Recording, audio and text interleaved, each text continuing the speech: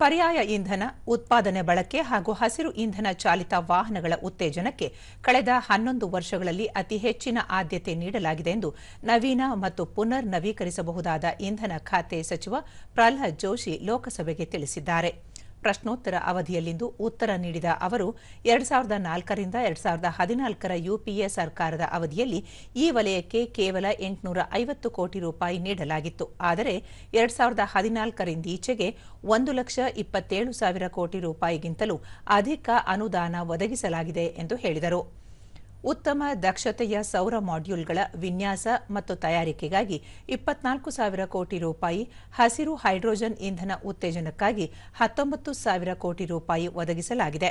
ಹಸಿರು ಹೈಡ್ರೋಜನ್ ಚಾಲಿತ 37 ಮಾದರಿ ವಾಹನಗಳನ್ನು ಸಂಚಾರಕ್ಕೆ ಬಿಡುಗಡೆ ಮಾಡಲಾಗಿದ್ದು,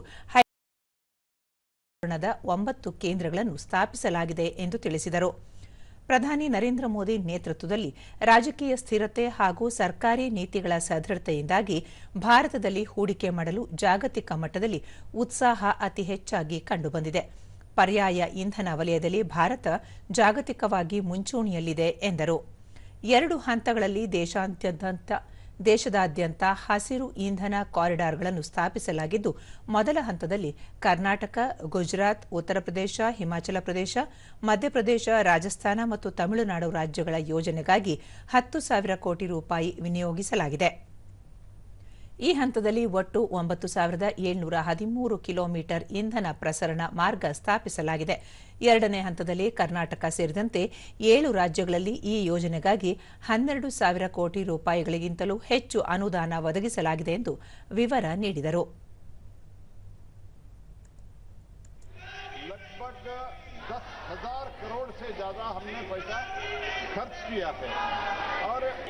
ग्रीन एनर्जी कॉरिडोर 2 में the intrastate transmission system that is STS state transmission service GC2 में इंप्लीमेंट हुआ है by 7 state Gujarat, Himachal Pradesh, Karnataka, Kerala, Rajasthan, Tamil Nadu and Uttar Pradesh. The scheme जो भी स्कीम होता है वो स्टेट के लिए इंप्लीमेंट होता है. स्टेट जहां मांगते हैं हम उसमें पहले के जो ग्रीन एनर्जी कॉरिडोर में, क्योंकि विद इन द स्टेट है sir, with in the state के कारण स्टेट को इसको पैसा भी लगाना पड़ता है, इंप्लीमेंट भी करना पड़ता है.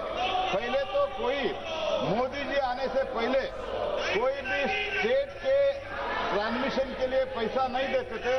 लेकिन मैं रिकॉर्ड पर कहना चाहता हूं, ग्रीन एनर्जी कॉरिडोर 1 में 10,000 करोड़ से ज्यादा हमने पैसा स्टेट को दिया है और ग्रीन एनर्जी कॉरिडोर 2 में 12,000 करोड़ रुपया हमने स्टेट को दिया है.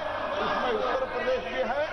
जिस जिले से वो ग्रीन एनर्जी कॉरिडोर भी अभी हो रहा है GC2 में, मैं सदस्य को लिखित में उनके एड्रेस को भेजता हूं. ಕಲಾಪ ಆರಂಭಗೊಳ್ಳುತ್ತಿದ್ದಂತೆಯೇ ಕಾಂಗ್ರೆಸ್ ಸೇರಿದಂತೆ ವಿರೋಧ ಪಕ್ಷಗಳ ಸಂಸದರು ಘೋಷಣೆ ಕೂಗುತ್ತಾ ನಿರಂತರವಾಗಿ ಕಲಾಪಕ್ಕೆ ಅಡ್ಡಿಯುಂಟು ಮಾಡಿದರು. ಗದ್ದಲದ ನಡುವೆಯೇ ಪ್ರಶ್ನೋತ್ತರ ಅವಧಿಗೆ ಪೀಠಾಸೀನಾಧಿಕಾರಿ ಪಿಸಿ ಮೋಹನ್ ಅವಕಾಶ ನೀಡಿದರು.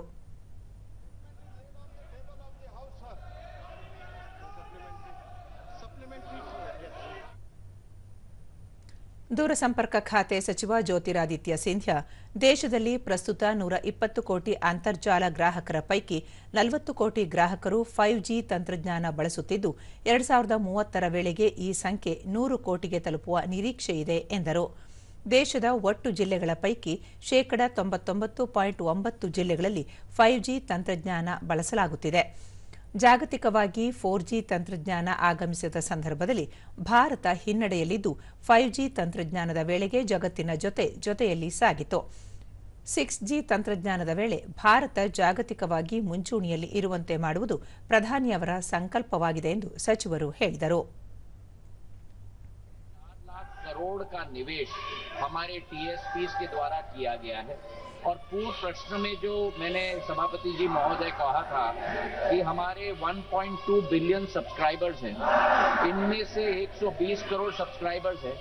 इनमें से मुझे हर्ष है आपको सूचित करते हुए कि आज 40 करोड़ हमारे सब्सक्राइबर्स 5G पर ऑपरेट कर रहे हैं देश में और 2030 तक ये संख्या 40 करोड़ से 100 करोड़ तक जाएगा, इसका अनुमान हमने लगवाया है।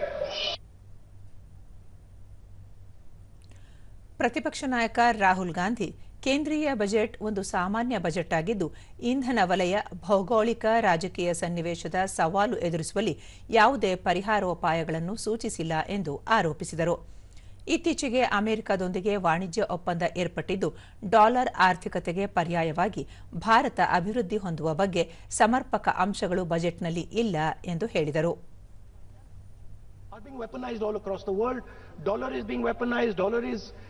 Weakening in value, gold, silver prices are going up. Everybody can see this.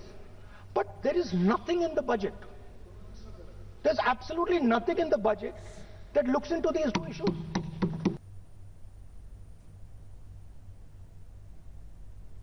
ಲೋಕಸಭೆಯಲ್ಲಿ ಇಂದು ಸಂಜೆ 5 ಗಂಟೆಗೆ ಹಣಕಾಸು ಸಚಿವೆ ನಿರ್ಮಲಾ ಸೀತಾರಾಮನ್ ಬಜೆಟ್ ಮೇಲಿನ ಭಾಷಣದ ಚರ್ಚೆಗೆ ಉತ್ತರ ನೀಡಲಿದ್ದಾರೆ.